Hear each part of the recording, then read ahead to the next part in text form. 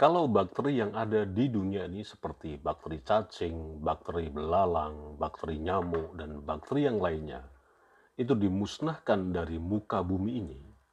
Menurut penelitian ilmiah, manusia hanya bisa bertahan hidup kurang lebih 2 bulan. Nah, kalau kita hubungkan dengan polemik nasab palsu klan Ba'alawi ini, anggap saja klan Ba'alawi ini adalah manusia yang mulia. Sedangkan yang melawan dan menyuarakan hegemoni klan Ba'alawi, anggap saja sebagai bakteri. Ketika bakteri, orang-orang atau pejuang-pejuang yang melawan dan menyuarakan hegemoni klan Ba'alawi ini dimusnahkan dari Indonesia, apakah klan Ba'alawi bisa bertahan hidup lama? Assalamualaikum sahabat Awi Kertapati. Kita kembali di Opini Awi Kertapati Channel. Sebelum kita lanjut, coba Anda saksikan video berikut ini. Nah, baik. Bangsat saya apa bangsat? Bangsat saya apa? Siapapun yang berbuat dosa, berbuat maksiat, tempatnya neraka. Tidak peduli walaupun nasabnya mulia. Nah, kalau Pak Irama mau dia bikin fitnah. Apa fitnahnya? Doktrin Ba'alawi, doktrin Habaib. Kalau ada Habib mabok, berbuat dosa, judi, itu masuk surga. Makanya saya tanya, siapa Habibnya? Hah? Di mana? Kapan dia ngomong? Kalau memang ada Habib yang ngomong begitu, saya yang bantai dia di depan Bapak Irama. Makanya Bapak Irama jangan asal fitnah. Jaga kamu yang mulut, jaga kamu yang batuk. Bahar Demit mencoba kembali mempengaruhi para pengikutnya, mempengaruhi para muhibinnya. Ketika Bang Haji Roma Irama melalui podcastnya di Bisikan Roma yang mengatakan itu menjadi historis atau pengalaman Bang Haji Roma Irama terhadap klan Ba'alawi 50 tahun yang lalu dan mengatakan bahwa doktrin klan Ba'alawi ini sangat membahayakan bangsa Indonesia. Sangat-sangat membahayakan untuk generasi hari ini yang akan datang dan masa depan. Bangsa ini sangat-sangat berbahaya dengan adanya doktrin klan Ba'alawi. Dan banyak sekali dari klan Ba'alawi yang mencoba mengcounter argumentasi Bang Haji Roma Irama. Dan yang Anda lihat di video awal tadi, Bahar Demit lagi-lagi mempengaruhi muhibinnya. Tapi kalau kita lihat, kenapa jadi agak sepi ya para muhibin ini?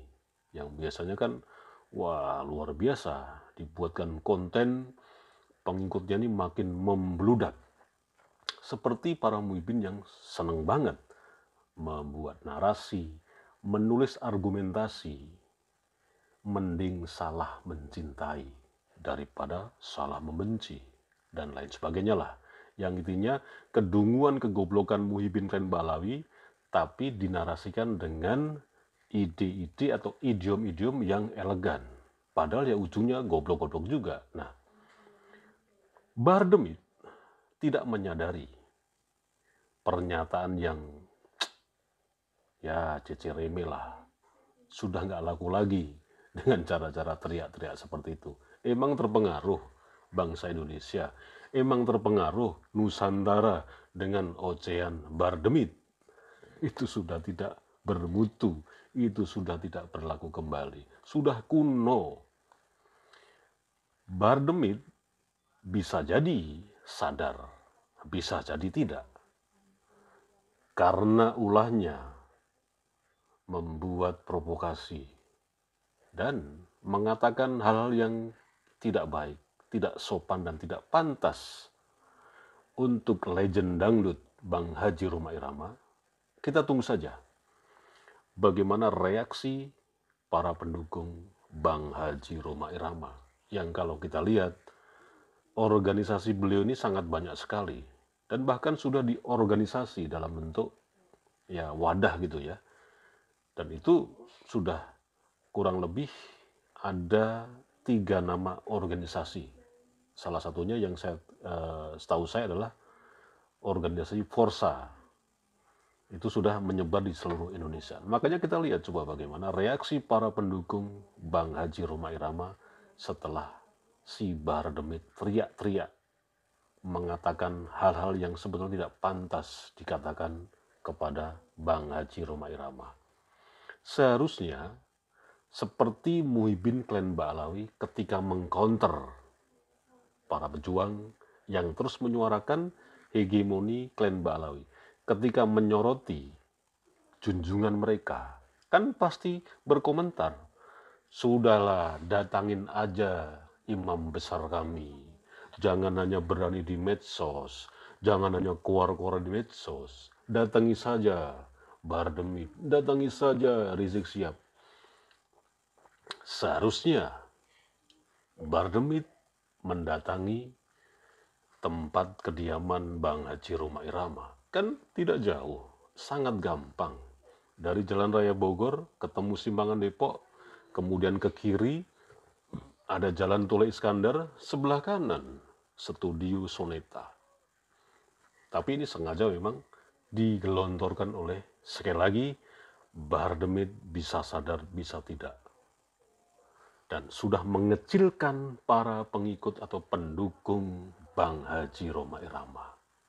Nah sekarang begini, kenapa Bahar Demit tidak berani mempersekusi tempat atau kediaman Bang Haji Rhoma Irama? Seperti kasus yang dulu pernah terjadi yang dialami oleh Gus Fuad Pleret. Ketika beliau membuat statement bahwa Habib itu gak penting-penting amat di Indonesia ini. Gak perlu ceramah. Habib ini telek benjret gitu loh ya. Nah saat itu kan langsung digeruduk oleh Klen Ba'alawi melalui para jongosnya atau budaknya, yang itu sudah terkonfirmasi oleh Gus Fuad Pleret sendiri bahwa Muhyiddin yang mempersekusi Gus Fuad Pleret itu memang dikomando dari Petamburan. Dan apa hasilnya? Ya, saat itu memang Gus Fuad Pleret tidak siap dalam posisi memang dipersekusi, karena memang datangnya juga baik-baik.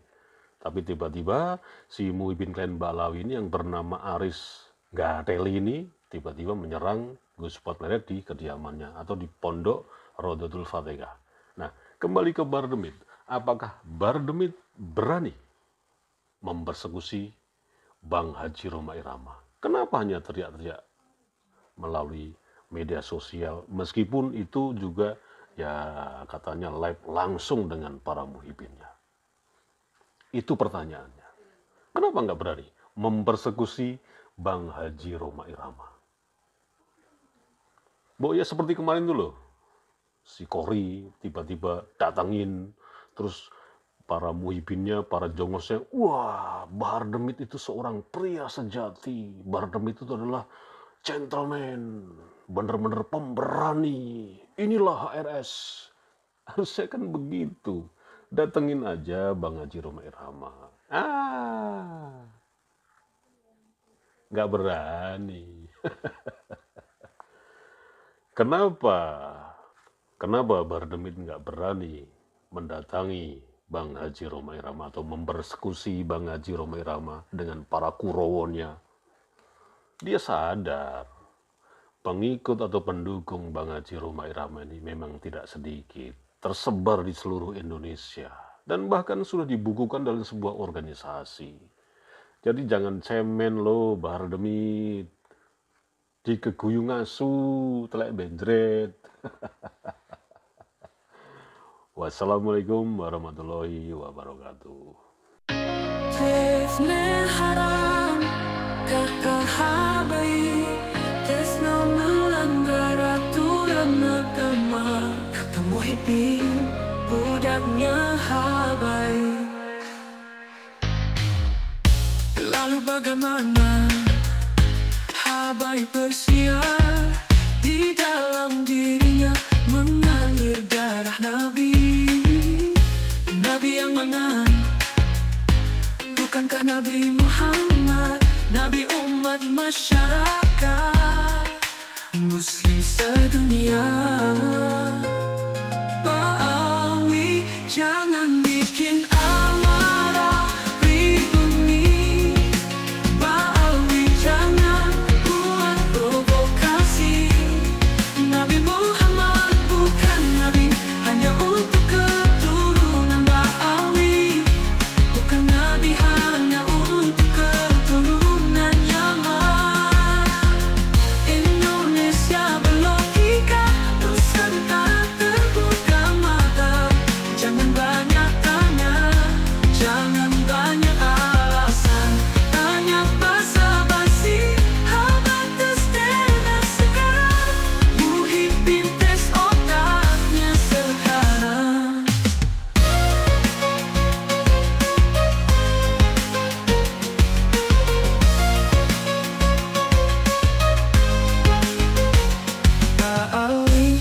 jangan bikin amarah di bumi. Pak Ali, jangan buat provokasi. Nabi Muhammad bukan nabi, hanya untuk keturunan Ba'awi. Kami hanya untuk keturunan Yaman. Indonesia berlogika, Nusantara terbuka mata.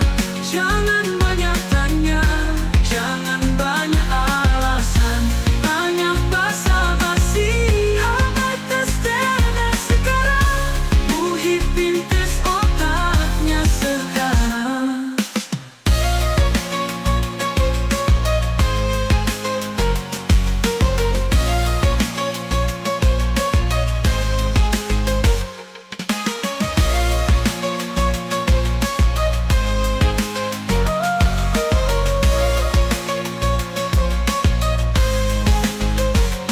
Pak Ali, jangan bikin amarah di bumi. Pak Ali, jangan buat provokasi. Nabi Muhammad bukan nabi, hanya untuk keturunan Ba'awi.